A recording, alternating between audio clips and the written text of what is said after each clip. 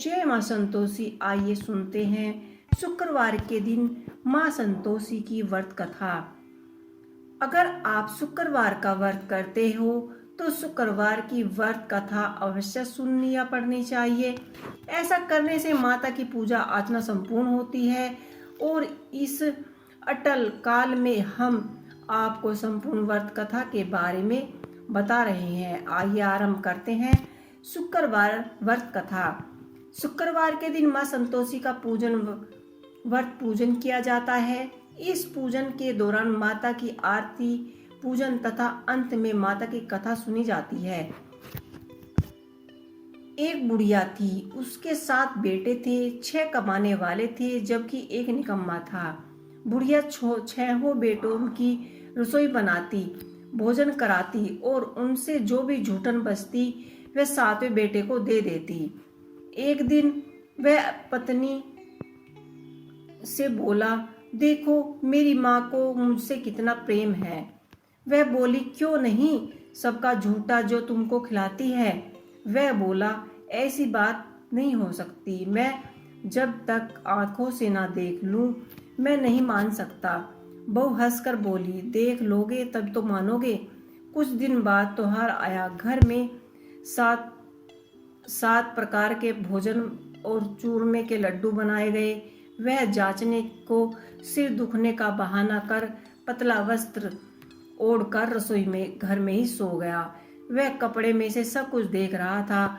6 भाइयों ने भोजन करने आए। उन्होंने देखा कि माँ ने उन्हें उनके लिए सुंदर आसन बिछाया, नाना प्रकार की रसोई परोसी और आग्रह करके उन्हें जिमाया और वह देखता रहा। 6 भाइयों के भोजन करने के बाद जब वे उठ गए, माँ ने उनकी जूठन थालियों से उठाई और एक लड्डुओं के टुकड़े उठाकर लड्डू बना दिया और जूठन साफ कर बुढ़िया माँ ने उसे पुकारा, बेटा 6 भाइयों ने भोजन कर लिया है, अब बाकी तू ही बचा है, उठ तू भी खा ले। वह कहने लगा, माँ मुझे भोजन नहीं करना, मैं अब परदेश जा रहा हूँ। माँ ने कहा, कल जाता सो आज चला जा। वह बोला, हाँ माँ आज ही जा रहा हूँ। यह कहकर वह घर से निकल गया। 7वें बेटे का परदेश जाना चलते समय पत्नी को याद आ गई कि वह गौशाला में कंडे यानी उबले थेप रही है। वहां जाकर बोला, हम जावे परदेश, आवे कुछ कल, तू ही रखियो संतोष से धर्म अपना पाल। वह बोला, जाओ पिया आनंद से हमारो सोच हटाए, राम भरोसे हम रहे ईश्वर तुम्हें सहाय। राम भरोसे हम रहे ईश्वर तुम्हें सहाय। दोनों निश्चय अपने देख घुंघरू में धीर, सुदितमती हारी बिसराहे राखियो मन गंभीर। वह बोला, मेरे पास तो कुछ भी देने को नहीं है, यह अंगूठी है सो ले और अपनी कुछ निशानी मुझे दे। वह बोली, मेरे पास क्या है, यह गोबर भरा हाथ है।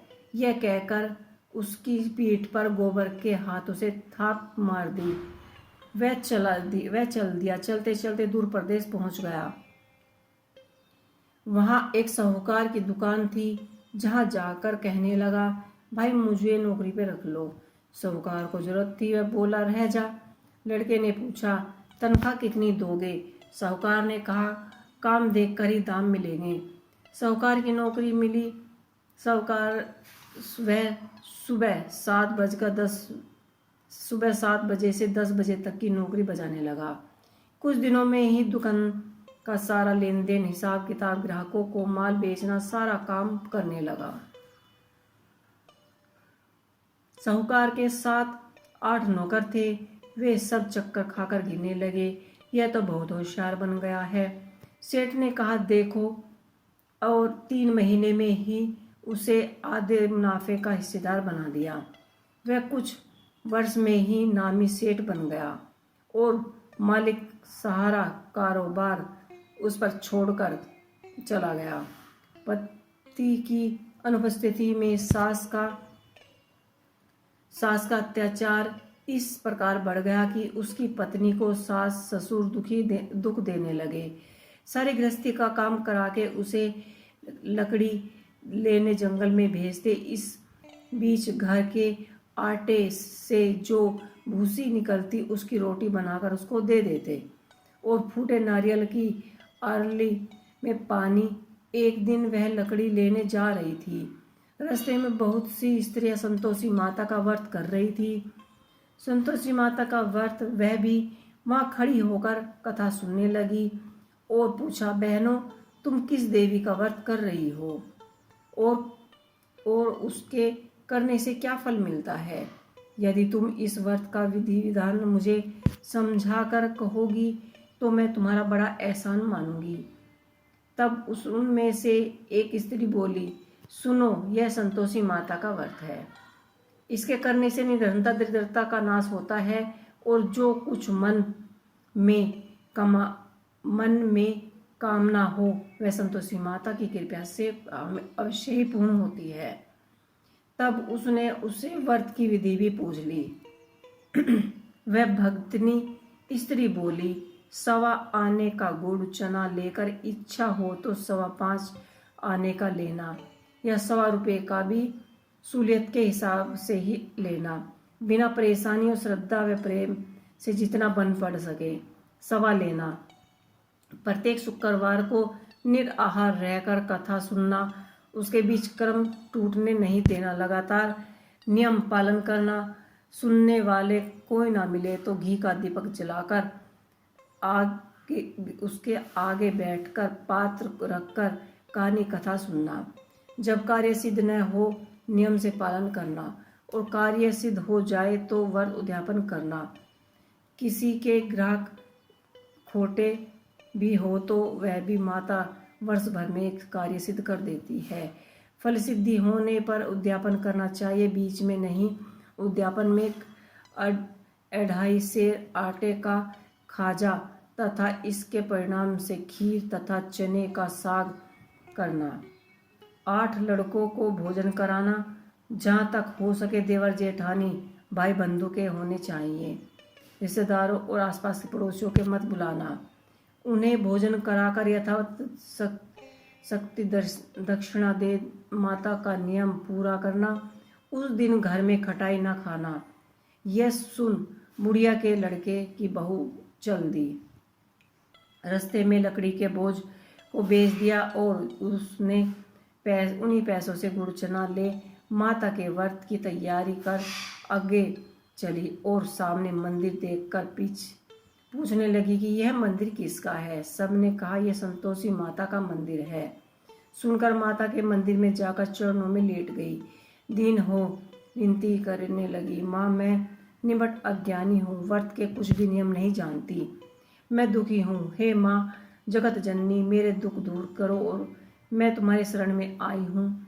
माता को दया आई और एक शुक्रवार बीता कि दूसरे को उसके पति का पत्र आया और तीसरे शुक्रवार को उसका भेजा हुआ पैसा पहुंच गया। यह देख जेठ जेठानी मुंह सिकोड़ने लगे, लड़के ताने देने लगे, काकी के पास पत्र आने लगे, रुपये आने लगे, अब तो काकी की खातिर बढ़ेगी।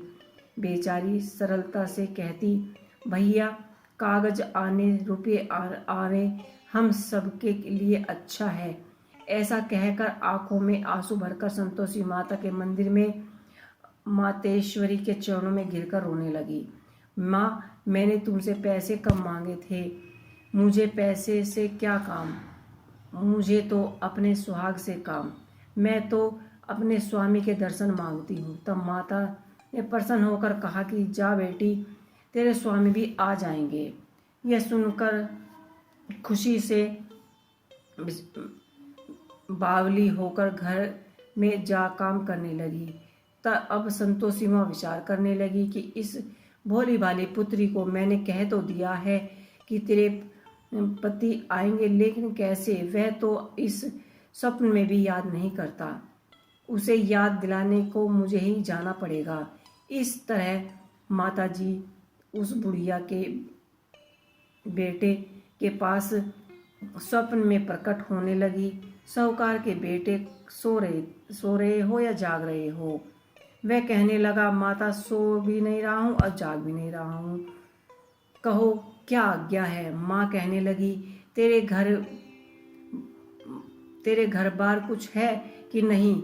वह बोला, मेरे पास तो सब कुछ है, माँ बाप बहू, और क्या कमी है। माँ बोली, भोले पुत्र, तेरी बहू घोर कष्ट उठा रही है, तेरी माँ बाप उसे परेशानी दे रहे हैं, वह तेरे लिए तरस रही है, तू उसकी सुध ले। वह बोला, माता जी, यह तो मालूम है, परंतु कैसे जाऊं। परदेश की बात है, लेन देन का कोई हिसाब नहीं, कोई जाने का रास्ता नहीं आता, कैसे चला जाऊं। माँ कहने लगी, मेरी बात मान, सवेरे ना धो संतोषी माता का नाम ले, घी का दीपक जलाकर दंडवत कर दुकान में बैठ जा। देखते ही देखते सारा लेन देन चुक जाएगा, जमा का माल बिक जाएगा, साझा होते होते धन का भार ढेर लग जाएगा। अब बूढ़े के बात मानकर वह नहा धोकर संतोषी माता के दंडवत घी का दीपक जलाकर दुकान पर बैठ गया। थोड़ी देर में देने वाले रुपये लाने लगे, लेकिन हिसाब किताब होने लगा। कोठी में भरे सामान के खरीदारी नगद दाम सौदा करने लगे। शाम तक धन का भंडार भारी ढेर लग गया। मन में माता नाम से चमत्कार देख प्रसन्नता होकर घर के जाने के वास्ते गहने कपड़े सामान खरीदने लगा। यह काम से निपट तुरंत घर को रवाना हुआ। उधर उसकी पत्नी जंगल में लकड़ी काटने जा रही थी। लौटते वक्त माँ जी के मंदिर में विश्राम करती, वहीं तो उसके प्रतिदिन रुकने का एक स्थान ठिकाना। धूल उड़ती देख माता से पूछती कि हे माता, यह धूल कैसे उड़ रही है। माता कहती, हे पुत्री, तेरा पति आ रहा है, अब तू ऐसे कर, लकड़ी के 3 बोझ बना, एक नदी के किनारे रख दे और दूसरा मेरे मंदिर पर, तीसरा अपने सर पर। तेरे पति को लकड़ी का गट्ठर देख मोह पैदा होगा, वह यहाँ रुकेगा, नाश्ता पानी खाकर माँ से मिलने जाएगा। तब तू लकड़ी का बोझ उठाकर जाना और चौक में गट्ठर डालकर जोर से आवाज लगाना, लो सासू माँ, लकड़ी का गट्ठर लो, भूसे की रोटी दो, नारियल के खोपड़े में पानी दो, आज मेहमान कौन आया है। माता जी से बहुत अच्छा कहकर वह प्रसन्न मन से लकड़ियों के 3 गट्ठर बनाए, एक नदी के किनारे रखा और एक माता जी के मंदिर में रखा। इतने में मुसाफिर आ पहुंचा। सूखी लकड़ी के गट्ठर को देखकर उसकी इच्छा उत्पन्न हुई कि हम यहीं पर विश्राम करें और भोजन बनाकर खाकर पीकर गांव जाएंगे। इसी तरह से रुककर भोजन बना, विश्राम करके गांव को गए। सबसे प्रेम से मिला। उसी समय सर पर गट्ठर रखकर उसकी उतावली सी हो रही थी। लकड़ियों का भारी बोझ आंगन में डालकर जोर से 3 बार आवाज लगाई, लो सासू जी, लकड़ी का गट्ठर लो, भूसे की रोटी दो, आज मेहमान कौन आया है। यह सुनकर उसकी सास बाहर आकर अपने दिए हुए कष्टों को भूलने हेतु कहती है, बहू ऐसे क्यों कहती है, तेरा मालिक ही तो आया है, आ बैठ, मीठी भात खा, भोजन कर, कपड़े गहने पहन। उसकी आवाज़ सुन उसका पति बाहर आ जाता है, अंगूठी देख व्याकुल हो जाता है। माँ से पूछता है कि माँ यह कौन है। माँ बोलती, बेटा यह तेरी बहू है, जब से तू गया है तब से सारे गांव में भटकती फिरती है, घर का कामकाज तो कुछ करती नहीं, 4 पहर आकर खा लेती है। वह बोला, ठीक है माँ, मैंने इसे भी देखा और तुम्हें भी देखा, अब दूसरे घर की ताली दो, उसमें रहूंगा। तब वह दूसरे मकान की 3रे मंजिल का कमरा खोलकर सारा सामान जमाया। एक दिन में राजा के महल जैसा ठाट बाट बन गया। अब क्या था, बहू सुखी भोजन करने लगी। इतने में शुक्रवार आया। शुक्रवार व्रत के उद्यापन में हुई भूल उसने पति से कहा कि मुझे संतोषी माँ के व्रत का उद्यापन करना है। पति बोला, खुशी से करो। वह उद्यापन तैयारी करने लगी। जेठानी के लड़कों को भोजन कराने के लिए कहने लगी। उन्होंने मंजूर किया, परंतु पीछे से जेठानी ने अपने बच्चों को सिखला दिया कि भोजन के बाद खटाई मांगना, जिसका उद्यापन पूर्ण नहीं होगा। लड़के जीवने आए और खीर खाना पेट भर खाया, परंतु बाद में खटा खाने की जिद करने लगे। हमें खटाई खानी है, खीर खाना हमें नहीं, भात खाना देखकर अरुचि होती है। वह कहने लगी, भाई खटाई किसी को नहीं दी जाएगी, यह तो संतोषी माता का प्रसाद है। लड़के उठ खड़े हुए, वो बोले, पैसे लाओ। भोली बहू कुछ जानती नहीं थी, उसने उनको पैसे दे दिए। लड़के उसी समय हट करके इमली खटाई खाने लगे। यह देखकर बहू पर माँ जी ने कोप किया। राजा के दूत उसके पति को पकड़कर ले गए। जेठ जेठानी मनी मन वचन करने लगे, लूट लूट कर माल इकट्ठा किया है। अब सब मालूम पड़ जाएगा, जब जेल में मार खानी पड़ेगी। यह रोते हुए माँ जी के मंदिर में गई और कहने लगी कि हे माँ जी, तुमने क्या किया? हंसा कर अब भक्ति को रुला दिया। माँ बोली, बेटी तूने उद्यापन करके मेरा व्रत भंग किया है। वह कहने लगी, माँ मैंने तो कुछ भी अपराध नहीं किया है, मैंने तो भूल से बच्चों को पैसे दिए थे, मुझे क्षमा कर दीजिए, मैं फिर से तुम्हारा उद्यापन करूँगी। माँ ऐसा बोली, अब तू भूल से भी ऐसा कोई कार्य मत करना। वह कहती है, अब भूल नहीं होगी, अब बतलाओ वे कैसे आएंगे? माँ बोली, जा पुत्री, तेरे पति तुझे रास्ते में ही आते मिलेंगे। वह निकली, राह में आते पति मिले। वह पूछी, कहाँ गए थे? वह कहने लगे, इतना धन तो कमाया है, उसका टैक्स राजा ने मांगा था, उसे भरने गया था। वह प्रसन्न होकर बोली, भला हुआ, अब घर को चलो। कुछ दिन बाद शुक्रवार आया, फिर से उन्होंने उद्यापन किया। वह बोली, मुझे माता का उद्यापन करना। पति ने बोला, अच्छे से करो। फिर जेठ जेठानी के लड़कों को बुलाने के लिए गई, भोजन को कहने लगी। जेठानी ने एक दो बातें सुनाई